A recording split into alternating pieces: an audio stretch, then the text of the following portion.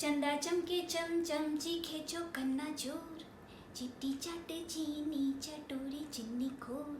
चंदा चमके चम चम चीखे चौकन्ना चोर, चिट्टी चाटे चीनी चटोरी चिन्नी खोर। इतना मुश्किल ये गाना जरा गा के दिखाना, चंदा चीनी चमके चाटे चौकन्ना चीखे चोर। चंदा चमके चम चम चीखे चौकन्ना चोर, चिट्टी चाटे चीनी चटोरी चिन्नी खोर। Good evening, how are you बच्चों? I hope all of you are doing well, right?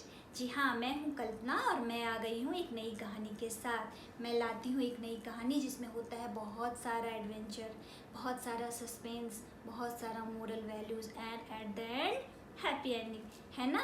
हाँ, मैं फिर से हाजिर हूँ एक नई कहानी के साथ और हम चलते हैं अपने नए सफ़र पे। लेकिन उससे पहले एक ज़रूरी बात, गर्मी बहुत है, धूप बहुत तेज़ चल रही है, हवाएं भी गर्म हैं। ऐसे में हम बहुत सारा पानी पीते हैं, कभी चीनी डाल के, कभी नींबू डाल के, ठंडा शरबत बना के। लेकिन एक चीज़ का ध्यान रखिएगा, पानी फ्रिज का मत पीना, है ना? घरे का पानी पियो, मटके का पानी पियो। और डिहाइड्रेशन सिर्फ धूप से नहीं होती है, डिहाइड्रेशन एसी से भी होता है, क्योंकि हम एसी में सो रहे हैं ना आजकल। तो पानी खूब सारा इंटेक करो, ठीक है? चलो, हम पिछली कहानी का नेक्स्ट पार्ट सुनते हैं, जिसमें हमने एक बंदर की कहानी सुनी थी। जो बंदर बहुत ही स्मार्ट है, अग्रसोची है, समझदार है, और इसकी वजह से उसे पता चल जाता है कि उसके सगे संबंधियों पे खतरा है, और उसने अपने संबंधियों को चेतावनी भी दी थी। लेकिन किसी ने उसकी बात नहीं मानी, और क्या हुआ? सारे सगे संबंधी मारे गए। अब वो बंदर जंगल में पहुंचता है। यहाँ वो बहुत प्यासा है और झील के बीचों बीच पहुँच के वो पानी पीता है, और वो झील बहुत खतरनाक है। अब आगे की कहानी सुनते हैं। लेकिन जिन लोगों ने पहली कहानी का वो भाग नहीं सुना है ना, वो पिछले वीडियो को चेकआउट करेंगे तो उन्हें समझ में आ गई, ठीक है? चलो, राक्षस ने जब देखा कि बंदर ने बिना किसी परेशानी के पानी पी लिया, तो राक्षस बहुत खुश हुआ और बंदर को बोला इनाम मांगने। तो बंदर ने कहा, राक्षस भाई, अगर सच में आप हमसे खुश हैं तो आपने जो अपने गले में दिव्य रत्नों की माला पहन रखी है ना, वो मुझे दे दीजिए। राक्षस ने कहा, ठीक है, ले अभी ले लो। बंदर ने कहा, वो भी सिर्फ एक दिन के लिए, कल इसे मैं सही सलामत वापस लौटा दूंगा। राक्षस बोला, ठीक है। बंदर ने वो माला पहनी और इतराते हुए वहाँ से चला गया। बंदर बहुत खुश था, ऐसा लग रहा था उसने कोई किला फतेह कर लिया हो। वो इतराता हुआ बन ठन के लचकता मचकता राजे महल की ओर चला जा रहा था। जी हाँ, उसी राजे महल की ओर जहाँ से बरसों पहले वो वापस आ गया था, और इस बार वो एक नए मंसूबे के साथ जा रहा था। रास्ते में बहुत सारे लोग मिले और बंदर के गले की जो माला देखी तो सबने पूछा, ये कहाँ से मिला भाई? तो बंदर एक ही जवाब देता, ये दिव्य है, दिव्य लोगों को ही प्राप्त होता है। और चला जा रहा था। अंततः वो महल में पहुंचा और द्वारपाल को बोला, महाराज को जाके बोलो कि मैं एक बंदर जो बहुत ही घने जंगल से आया हूँ, और मुझे ये दिव्य रत्न की माला मिली है जो कि बहुत ही दुर्लभ है। मैं महाराज से मिलना चाहता हूँ और इसके बारे में कुछ बताना चाहता हूँ। द्वारपाल गए और राजा को सारी बात बताई। राजा बोले, ठीक है, उसे लेके आओ। बंदर महल के अंदर गया। राजा बोला, क्या बात है, तुम मुझसे क्यों मिलना चाहते हो और कौन सी माला लेके आए हो? बंदर ने कहा, महाराज, आप मेरे गले में एक हार देख रहे हैं? राजा ने कहा, ये तो बड़े दिव्य है।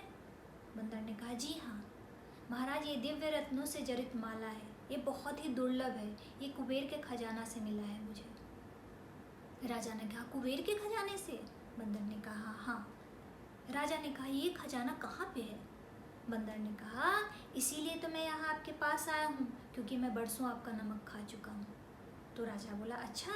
बंदर ने कहा, हाँ महाराज, मैं पहले आप ही के राज्य में रहता था, लेकिन कुछ कारणवश मैं यहाँ से चला गया, और आज जब मुझे ये मिला तो मैं बहुत प्रसन्न हुआ, और मैं सोचा कि ये तो मैं अपने महाराज को ही बताऊंगा कि ये कुबेर का खजाना कहाँ है। राजा बोला, बताओ कहाँ है? बंदर ने कहा, जंगल के बीचों बीच एक झील है, उस झील के अंदर ये दुर्लभ खजाना छुपा हुआ है।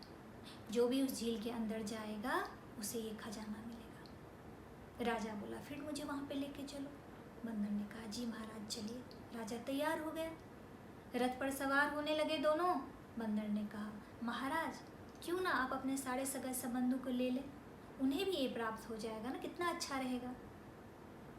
राजा को ये बात अच्छी लगी और राजा ने अपने सारे सगे संबंधी को बोला आप सब चलो। अब एक बड़ा सा काफिला राजा के महल से निकल के जंगल की तरफ चल पड़ा। बहुत सारे लोग थे, सब खुश थे उस दुर्लभ खजाने को देखने के लिए, और सब जंगल में पहुंचे। जब वो झील के पास गए तो बंदर ने कहा महाराज देख रहे हैं कितना सुंदर झील है। वो झील सच में बहुत मनमोहक था। राजा प्रसन्न हुआ, बोला कि बंदर मैं बहुत खुश हूँ, तुम तो बहुत अच्छी जगह मुझे लेके आए हो। चलो मैं पहले स्नान करके आता हूँ, देखता हूँ ये कैसा खजाना है, फिर मैं बाकी लोगों को भेजूंगा। बंदर ने कहा नहीं नहीं महाराज, पहले आप अपने सारे सगा संबंधी को भेजें, क्योंकि पहले वो देखें कि कैसा है, फिर आप तो महाराज हैं, आपको तो अंत में जाना चाहिए और आपकी सुरक्षा भी जरूरी है ना। राजा को बंदर की बात जच गई और राजा ने सारे सगे संबंधियों को आदेश दिया कि आप सब जाओ और झील के अंदर देखो कैसा खजाना छुपा हुआ है।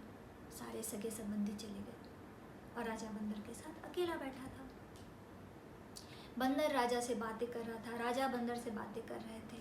ऐसे ही बातों बातों में राजा ने कहा कुछ दिन पहले हमारे राज्य में ऐसी दुर्घटना हो गई जो दुर्घटना हुई थी। राजा ने कहा मुझे जानवरों से बड़ा लगाव है और वो बंदर मारे गए, मेरी मजबूरी थी, मुझे आज भी दुख है इस बात का, और इसलिए मैं हर साल बंदरों के जिस दिन पे वो हुआ था कांड, बंदरों के लिए मैं तपस्या करता हूँ, मैं बंदरों के लिए पूजा पाठ करवाता हूँ, क्योंकि मुझे बहुत दुख होता है। मैं जंगल में जाता हूँ, बंदरों को खाना बांटता हूँ, अपना प्रायश्चित करता हूँ। जब बंदर ने ये सारी बात सुनी तो उसका मन डोलने लगा, उसे लगा कि मैं कुछ गलत कर दिया।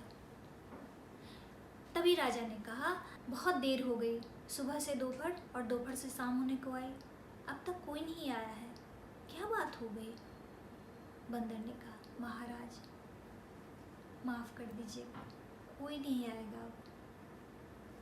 राजा ने कहा क्यों। बंदर ने कहा महाराज मैंने अपने सारे सगे संबंधियों के मृत्यु का बदला आपसे ले लिया। आपके सारे सगे संबंधी जिस झील में गए हैं ना, उस झील में बहुत खतरनाक राक्षस रहता है, एक भी प्राणी नहीं बचा है। महाराज ने कहा ये क्या कर दिया तुमने। बंदर ने कहा माफ़ कर दीजिए महाराज, मैं तो माफ़ी मांगने के काबिल भी नहीं हूँ, लेकिन मैं और कुछ कर भी नहीं सकता हूँ। ऐसा कह के बंदर राजा के पाँव पर गिर पड़ा और रोने लगा। लेकिन अब पछतात होत क्या जब चिड़िया चुग गई खेत। यही बात बंदर ने पहले सोची होती, इतनी बड़ी योजना को वो अंजाम नहीं देता। अब सब खत्म हो चुका था, पूरा राज्य परिवार मर चुका था। बच्चों किसी भी चीज़ का बदला लेना अच्छी बात नहीं है, बदला सॉल्यूशन नहीं है। अगर कोई बुरा करता है वो गलत है, उसे समझो, उसे समझाओ, पनिशमेंट भी दो, कोई दिक्कत नहीं है, लेकिन बदला नहीं लेना चाहिए। बदला सत्यानाश ही लाता है। बदला एक ऐसी आग है जिसमें आदमी सिर्फ जलता है। वो बंदर भी ऐसा ही था ना, उसे इतना क्रोध था, इतना गुस्सा था कि उसने उस गुस्से को निकालने के लिए, उस क्रोध को निकालने के लिए महाराज से इतनी बड़ी बदला ले ली। लेकिन क्या हुआ, सारे बंदर तो मारे गए, सारा राज्य परिवार भी मारा गया, किसी को कुछ नहीं मिला। तो इसीलिए बदला लेना बुरी बात है ना। अगर आप लोगों को मेरी कहानी अच्छी लगती है तो मेरे चैनल को सब्सक्राइब करें और मेरे साथ बने रहें every Monday, Wednesday and Friday. ठीक है, तब तक के लिए जय हिंद।